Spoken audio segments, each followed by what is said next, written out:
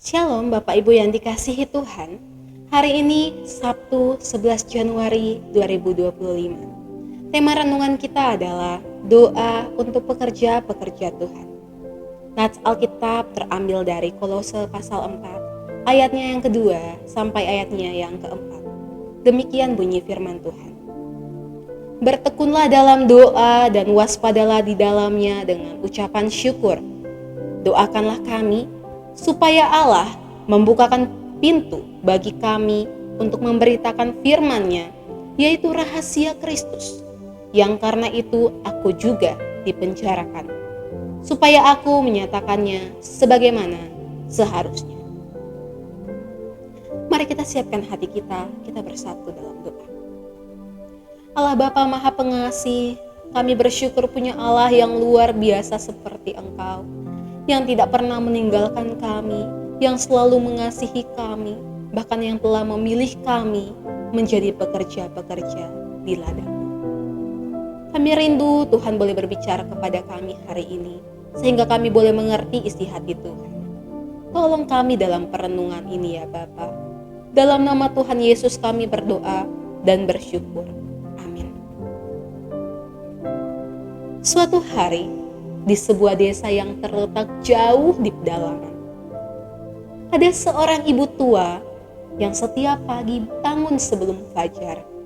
Dia berlutut di hadapan Tuhan dan berdoa dengan sungguh-sungguh untuk pekerja-pekerja Tuhan di seluruh dunia.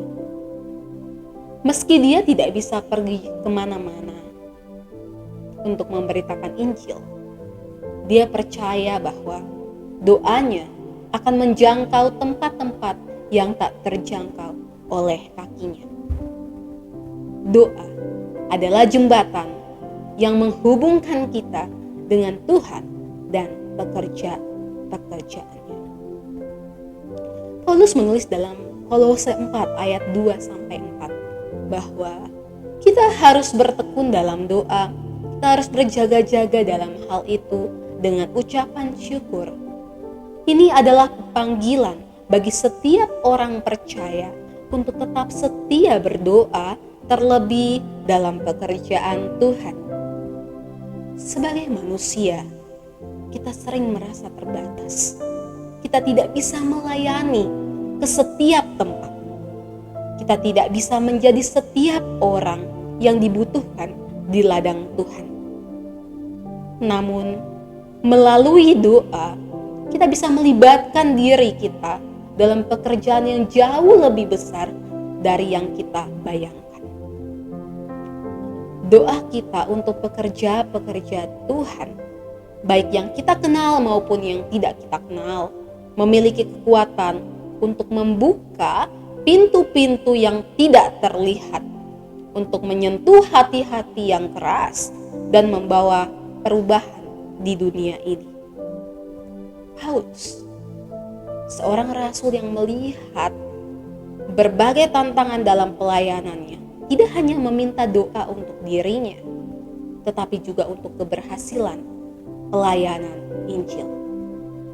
Dalam Kolose pasal 4 ayat 3, ia meminta jemaat berdoa agar pintu-pintu Injil terbuka baginya.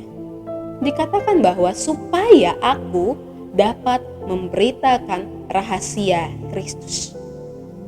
Ini menunjukkan bahwa meskipun Paulus adalah seorang rasul yang memiliki otoritas besar dalam gereja awal, ia menyadari bahwa kesuksesan pelayanannya sangat bergantung pada doa orang-orang percaya. Tanpa doa, bahkan pelayanan yang paling berani dan penuh semangat pun bisa menghadapi hambatan yang tak teratasi. Mari kita lihat bagaimana doa bekerja dalam kehidupan sehari-hari kita. Sebagai contoh, bayangkan seorang misionaris yang bekerja di daerah yang penuh dengan tantangan seperti daerah yang tertutup, dengan keras oleh budaya, dengan keyakinan yang berbeda. Misionaris ini mungkin merasa lelah dan putus asa. Namun dia tahu bahwa dia tidak sendirian dalam pertempuran ini. Ada banyak orang yang terus berdoa untuknya, mengangkat namanya di hadapan Tuhan. Doa mereka memberi kekuatan dan membuka jalan bagi Injil untuk diterima.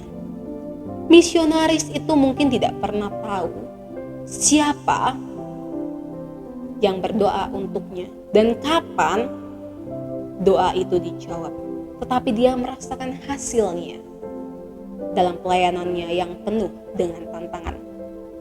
Inilah kekuatan doa bagi pekerja-pekerja Tuhan. Doa itu adalah sebuah kekuatan mereka. Bahkan jika kita tidak berada di tempat yang sama dengan mereka, doa kita, ketika kita berdoa untuk orang-orang tersebut, kita ikut ambil bagian dalam pekerjaan Tuhan yang besar, mengirimkan kekuatan yang besar, kekuatan ilahi yang membuka hati-hati yang tertutup dan memberi keberanian bagi mereka yang melayani dalam kesulitan. Mari kita datang sama Tuhan, kita mau berdoa. Tuhan, kami mau berterima kasih karena Engkau mengundang kami untuk berpartisipasi dalam pekerjaan-Mu melalui doa. Kami berdoa agar Engkau memperkuat setiap pekerja di ladang-ladang-Mu dan membuka lebih banyak pintu untuk memberitakan Injil-Mu. Ya Bapa, berikan kami hati yang penuh dengan belas kasihan dan tekad untuk mendukung mereka dengan doa. Dalam nama Tuhan Yesus, kami sudah berdoa.